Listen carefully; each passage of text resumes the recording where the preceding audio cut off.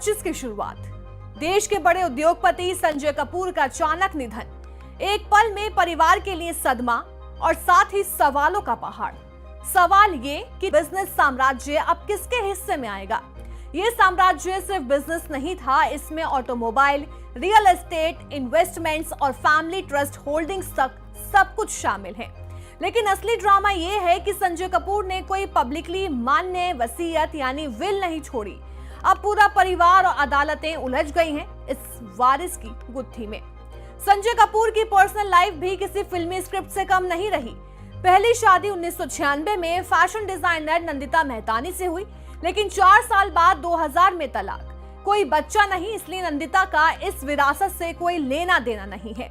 दूसरी शादी हुई 2003 में बॉलीवुड एक्ट्रेस करिश्मा कपूर के साथ। ये रिश्ता भी ज्यादा चला नहीं। 2016 में तलाक, और कानून साफ कहता है कि तलाक के बाद करिश्मा विधवा की कैटेगरी में नहीं आती, यानी उनका सीधा हक इस 30,000 करोड़ पर नहीं बनता। उनका हक सिर्फ तब बनता है अगर तलाक के बाद कोई खास कॉन्ट्रैक्ट, समझौता या वसीयत होती। तीसरी शादी 2017 के बाद प्रिया सचदेव कपूर से। यही विधवा हैं। इनके साथ एक बेटी भी है, सफीरा चटवाल कपूर, जिसे संजय ने कानूनी तौर पर गोद लिया था। अब बड़ा सवाल आता है कि जब वसीयत यानी विल नहीं हो तो कानून क्या कहता है। हिंदू उत्तराधिकारी अधिनियम 1956 के मुताबिक अगर कोई हिंदू पुरुष बिना वसीयत के मर जाए तो उसकी संपत्ति क्लास 1 वारिसों में बराबर हिस्सों में बंट जाती है। क्लास 1 वारिस होते हैं विधवा, सभी बेटे और बेटियां और माँ।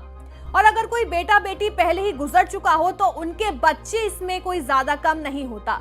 हर क्लास 1 वारिस को बराबर हिस्सा मिलता है, बशर्ते कर्ज और बाकी खर्चों को निकालने के बाद। अब सवाल ये है कि इस केस में कौन कौन दावेदार बनते हैं। प्रिया सचदेव कपूर कानूनी तौर पर सबसे मजबूत दावेदार।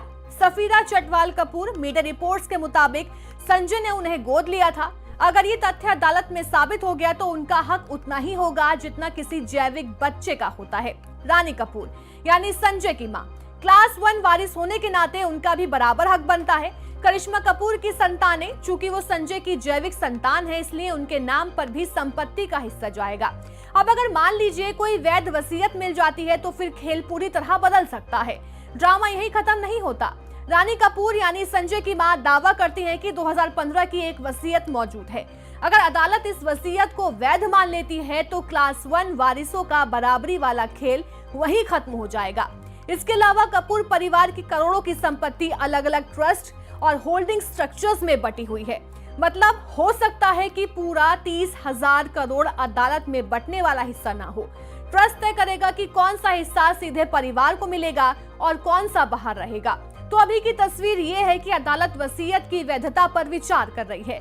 हर वारिस अपनी अपनी दावेदारी साबित करने में जुटा है और तब तक पूरा कपूर परिवार एक तनाव भरे इंतजार में है।